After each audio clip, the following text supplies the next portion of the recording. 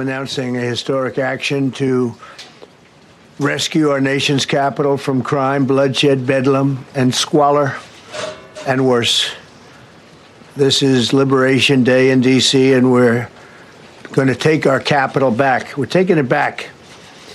Under the authorities vested in me as the President of the United States, I'm officially invoking Section 740 of the District of Columbia Home Rule Act. You know what that is? And placing the D.C. Metropolitan Police Department under direct federal control, and you'll be meeting the people that will be directly involved with that. Very good people, but they're tough, and they know what's happening, and they've done it before. In addition, I'm deploying the National Guard to help reestablish law, order, and public safety in Washington, D.C., and they're going to be allowed to do their job properly.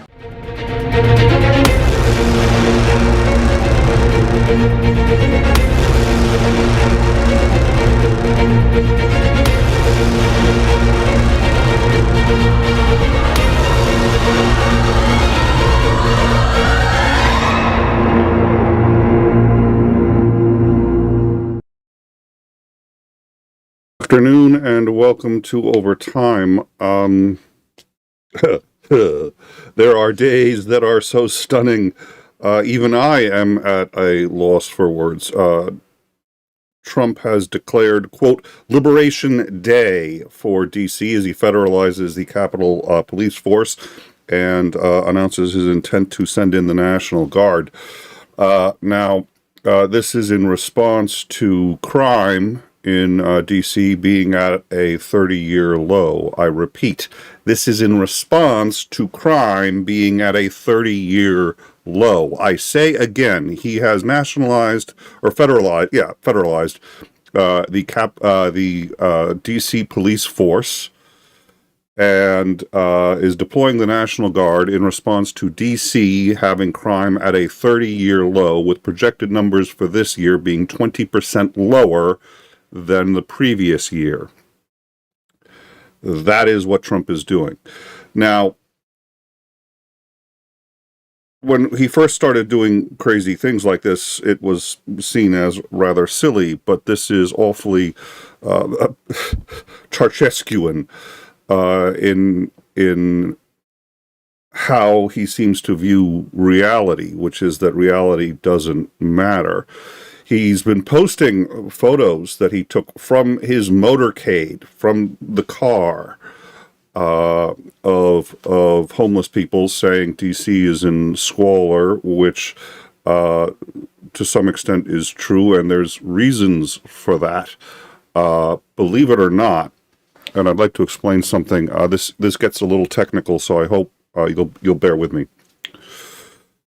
Taking out a baton and beating a homeless man doesn't make him less homeless.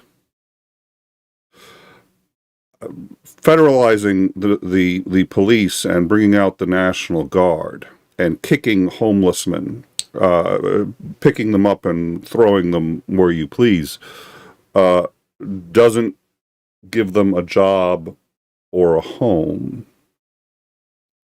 I know that's a radical thing to say, and I know I'm going to get some pushback on that.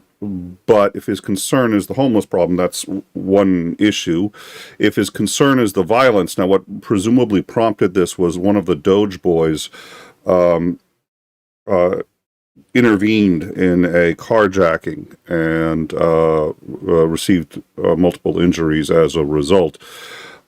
So Trump, because Trump ostensibly maybe has met or heard of, was involved in a crime, that means crime is everywhere. Sort of, if it happens to Trump, it's happening everywhere. Trump is one of the biggest malignant narcissists I've ever seen. So, obviously, the data about crime in D.C. is irrelevant. What matters is his feelings, and I find this ironic because he has repeatedly talked about and mocked liberals for how their feelings are what seems to guide them, and his feelings are the only thing that guides Trump. His feelings are that global warming isn't real, so forget the fact that 99% of scientists agree that global warming is real and the driving factor is human activity. His feelings say that that's not true. So his feelings say RFK is the man for the job. His feelings say that crime is rampant in D.C. despite being at a 30-year low. So, and to conserve, I've been watching a documentary. It's well worth seeing. It's called The Brainwashing of My Dad. You can get it for free on YouTube. And it talks about Roger Ailes, Rupert Murdoch, how and why they started a news organization, what the goal of that organization was, and how spreading misinformation has had a profound impact on our political discourse and has made Trump impervious to reality and facts. The facts are that the tariffs are doing massive damage to the economy. He says they're not, and huge numbers of followers say, well, I believe Trump over objective reality. Now, why is all of this such a big deal? A number of reasons. Let's discuss one of them. This is Trump talking about other cities. Oh, and real quick, I know the audio sometimes is soft on this, so let me make sure it gets boosted for you. And let's go. The other part of your question, I mean, we're just going to see what happens with it all. You're going to have, we're going to have a tremendous success in what we're doing. Other cities are hopefully watching this. They're all watching, just like everyone's watching here. They're all watching, and maybe they'll clean up, and maybe they'll do this and get rid of the cashless bail thing and all of the things that caused the problem. I mean, if you go back, this whole thing with cashless bail is a disaster. So many problems came that we never had before.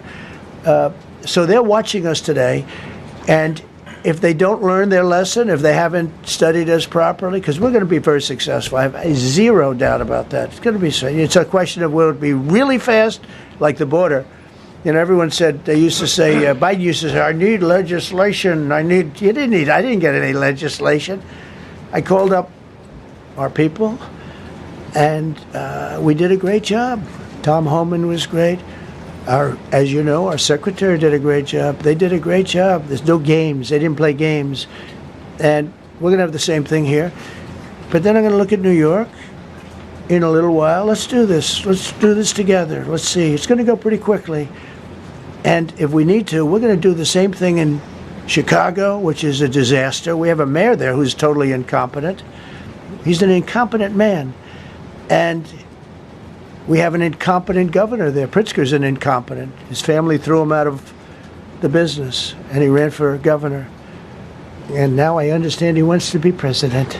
But I noticed he lost a little weight, so maybe he has a chance. You know, you never know what happens.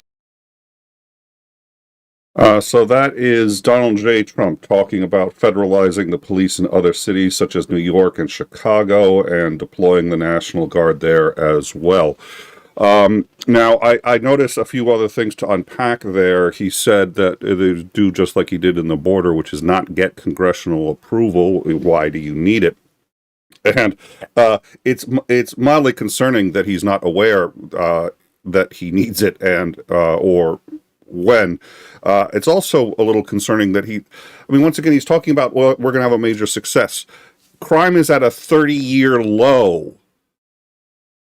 The only way you can have a success there is to keep doing what you're doing, wait a year. I mean, not keep doing what Trump's doing, but let DC keep doing what it's doing, wait a year, and then they'll be at a 31-year low. They've maxed out their success. It's just more time. What's he going to do? Deploy the National Guard and bring crime to a 100-year low? At any rate, Hakeem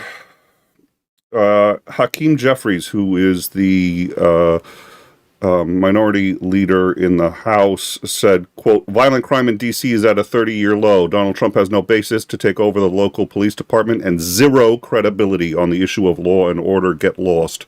I'd like to point out that he did not federalize the police in California when he deployed the National Guard there, and I think that was one of the things that was slowing him down. Was he wasn't sure what side the police were going to land on, and we had that discussion. Now that he's federalized the police here, they're going to land on his side or they're going to get fired. He is in a unique position because he's actually technically the governor of D.C. as well. It makes it easier for him to do this here. He can nationalize the police department here immediately for a short period of time. I'll get the exact numbers on that, but I think he needs to notify Congress if he's going to hold them for more than 30 days or for up to 30 days. And then I don't know what the laws are past that. Let's see. It allows him to take over for 30 days if he notifies certain congressional committees. The question is, let's assume that he extends past the 30 days. Who's going to stop him? The courts? Congress, I don't think is going to stop him. They haven't stopped him so far, and he's taken away absolute authority that they have over the purse. He has essentially created a line item veto by defunding anything he wants to that they have funded, so that he has complete control over federal programs, and they don't care. So I don't know that they're going to care about this. If they do, I don't know what they can do about it. They could sue him in court. He's ignoring court orders left and right. This is profoundly concerning and is absolutely, without a doubt, a necessary and almost sufficient step down the road to fascism, especially when he says he's going to do this in other cities. If there was a warrant for this, maybe.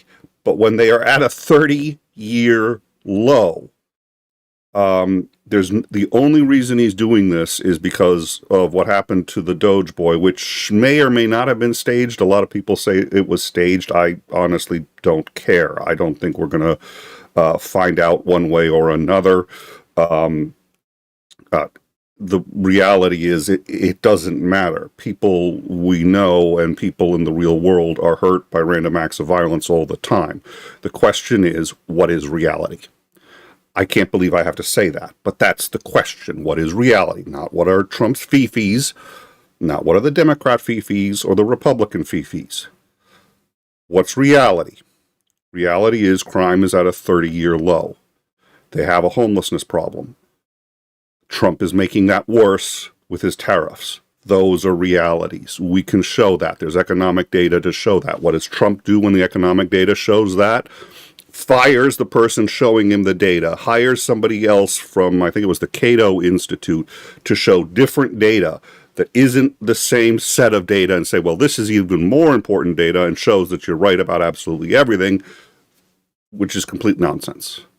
And the data is still today exactly what it was when he fired the head of, or was it the head of Labor and Statistics?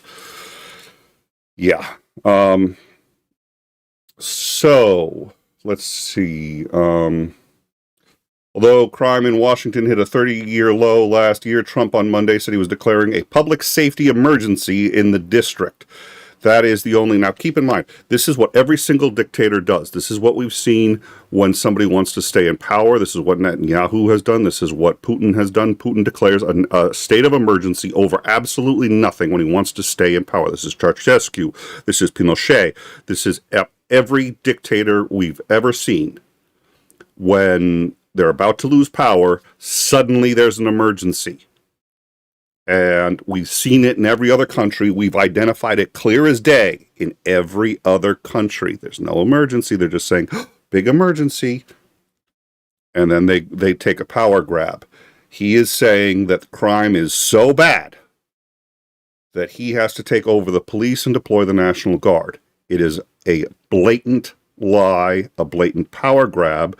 and a staging for what he said he's going to do in New York and Chicago if they have success here. Success is going to be a metric that he himself declares. So it doesn't matter if they set all of D.C. on fire and burn it to the ground. That's going to be a success. New York is next. Chicago is next. How do I know this? Because he said it, and I happen to believe him. I don't believe him when he says something's a fact. I do believe him when he talks about his intentions. Because those are completely unreal. He has declared that crime, savagery, filth, and scum will disappear. 30-year low. Let's see. You will see the National Guard flowing into the streets of Washington this coming week. He said the Pentagon is prepared to bring them in. They will be strong, they will be tough, and they will stand with their law enforcement partners, said Pete Hegseth.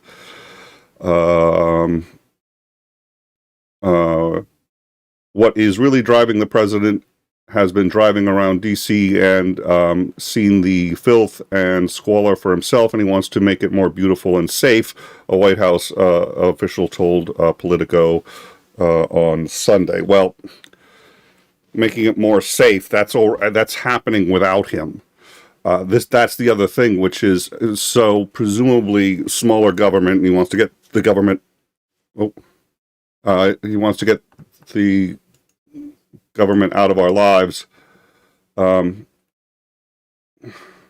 on, looks like we may have another if we have another breaking news. I'll get to that in a minute.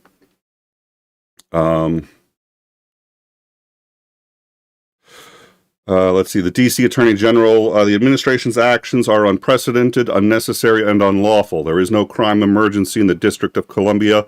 Violent crime in D.C. has reached a historic 30-year low last year and is down another 26% so far this year. We are considering all of our options. And will do what is necessary to protect the rights and safety of district residents. So here's the other problem, which is the police know ostensibly best what to do in their own communities. This is an argument I've heard from conservatives.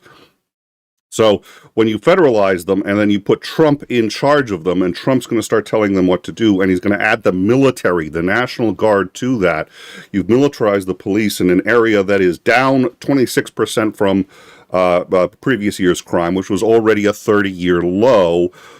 They're going to have to invent crime. They're going to have to do something to justify their position there. They're going to have to beat up innocent civilians. They're going to have to attack. How do I know this? Because this is what happens every time you do something like what he's doing now. He has to find a way to justify it so that he can do it to Chicago and New York. How do I know he's going to do that? Because he said he's going to do it.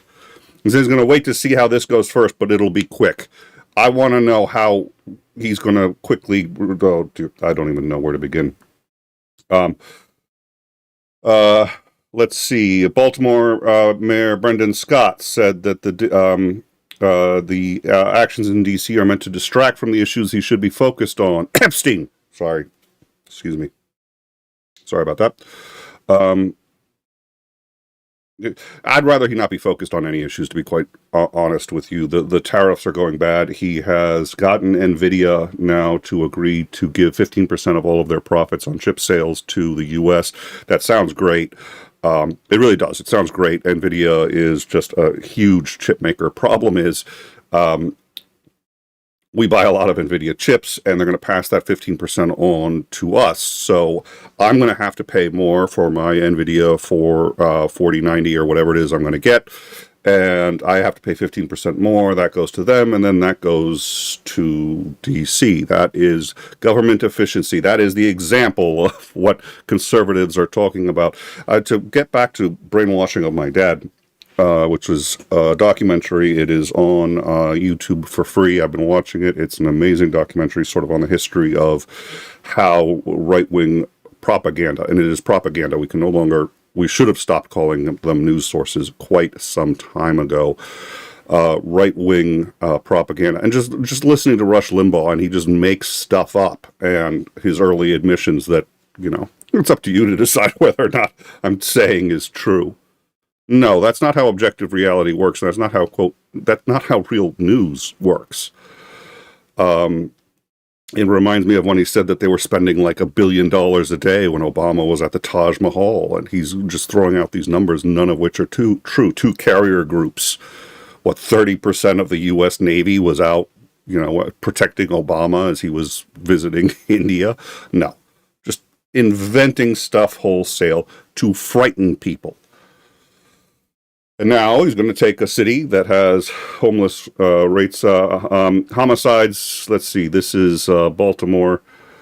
Now, this, I suppose the reason Baltimore is responding is because of their proximity to D.C. and the number of people who work in one and live in the other. Homicides are down 28% this year alone, lower than any year on record. Violent crime is at historic lows across the city and in the country under the leadership of mayors who have brought together partners from law enforcement, the legal system, and communities to reduce violence. A president could learn a lot about leadership from them. Trump singled out Baltimore as well as New York, Los Angeles, and Chicago when referring to Democratic-run urban areas that he says suffer from high crime rates and he may take over. U.S. Attorney General Brian Schwab says Trump's plans for the city are unnecessary and unlawful.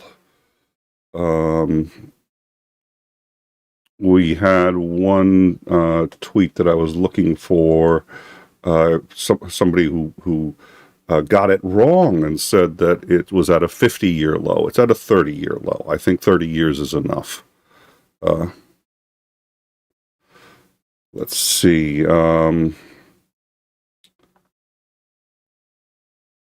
I had already said crime, savagery, filth, and scum will disappear.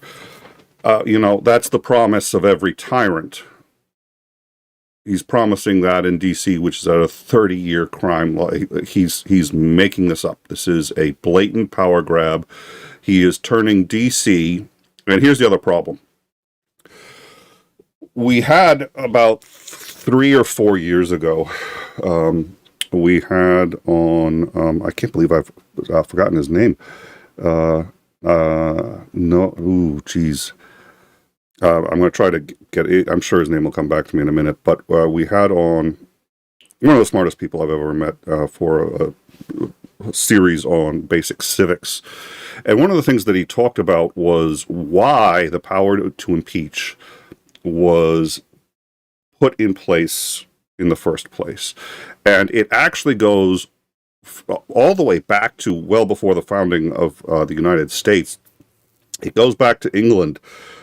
When members of parliament were going to vote, and the police would actually arrest them so that they'd miss the vote, so that people who wanted a particular outcome could just arrest members of parliament that they knew would vote in the wrong way. So if you had a friend on the police force, or if you happened to be the chief of police or a mayor or something like that, you could go find the members of parliament. They had to get into the building, so there'd be cops on both sides waiting outside to arrest members of parliament. Just detain them long enough that they miss the vote and then let them go. And it was decided that you can't really have a government if you can just detain the other side right before a vote.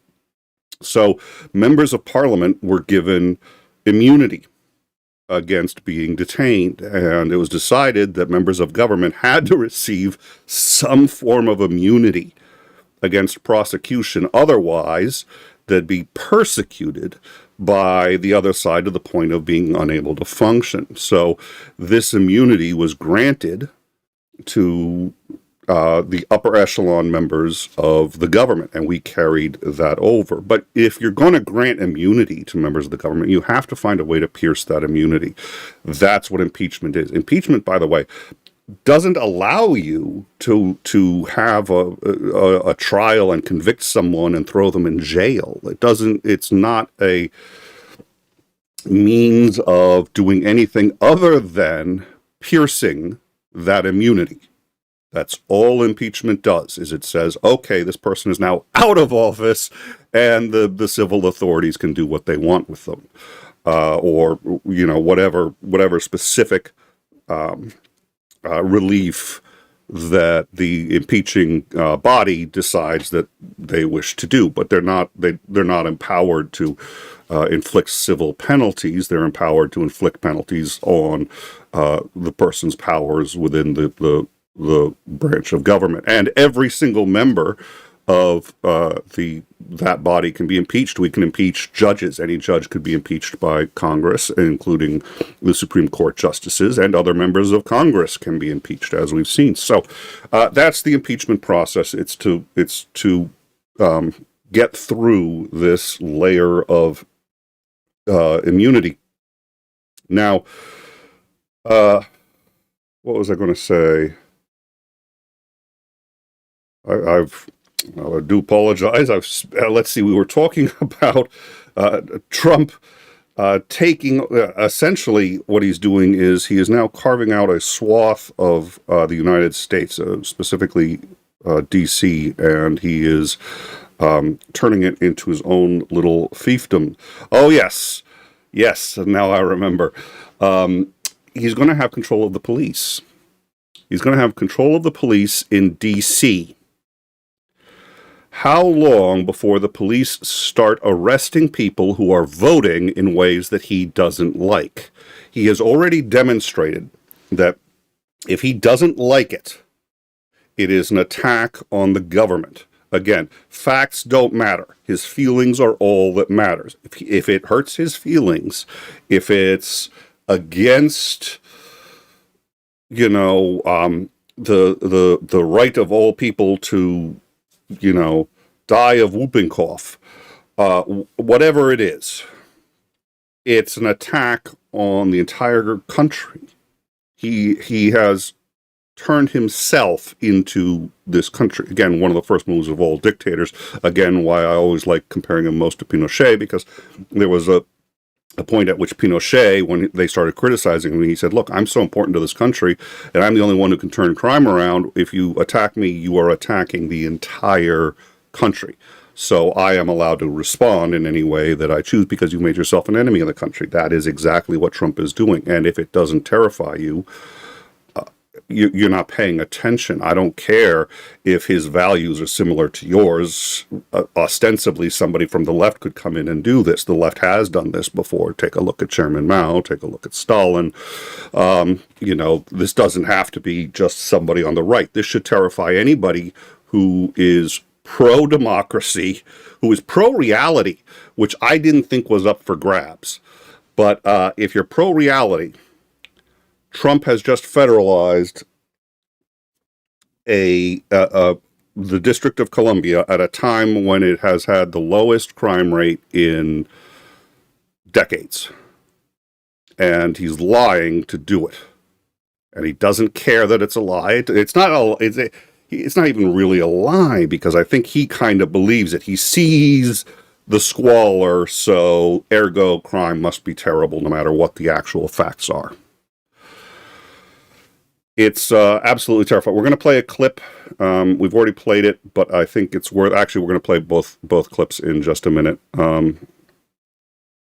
So I think we've covered just about everything we need to cover about this. One of my biggest concerns is now that he's going to have D.C. on lockdown, anybody who is of the opposition party, he's going to start finding reasons to arrest them. I am telling you now, he's going to start finding reasons to arrest them. It's going to be very difficult for senators who are putting in any kind of opposition to Trump to get into work because they're going to be arrested.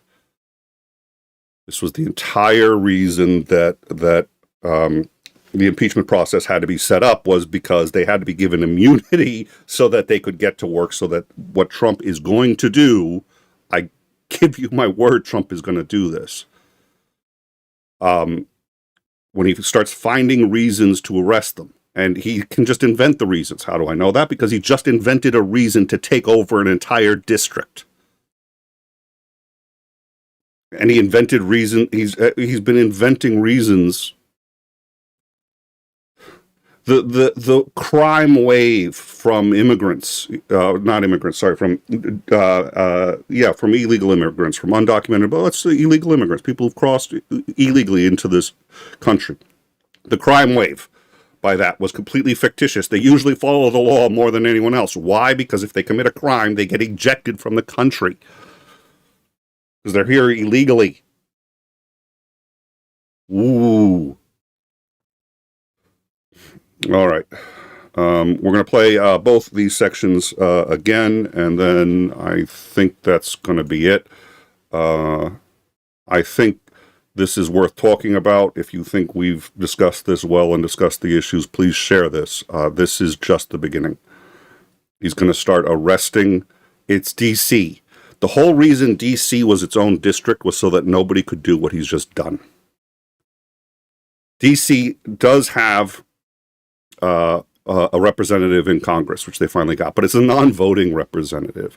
The whole point behind D.C. was that it was apolitical, that everybody could come. You couldn't stop your opposition from voting. You couldn't get in their way. You couldn't, because it was its own district. It was its own isolated part of the country where we could govern without the power of New York or of Alabama messing with the politics. And he has just declared that he is going to militarize it.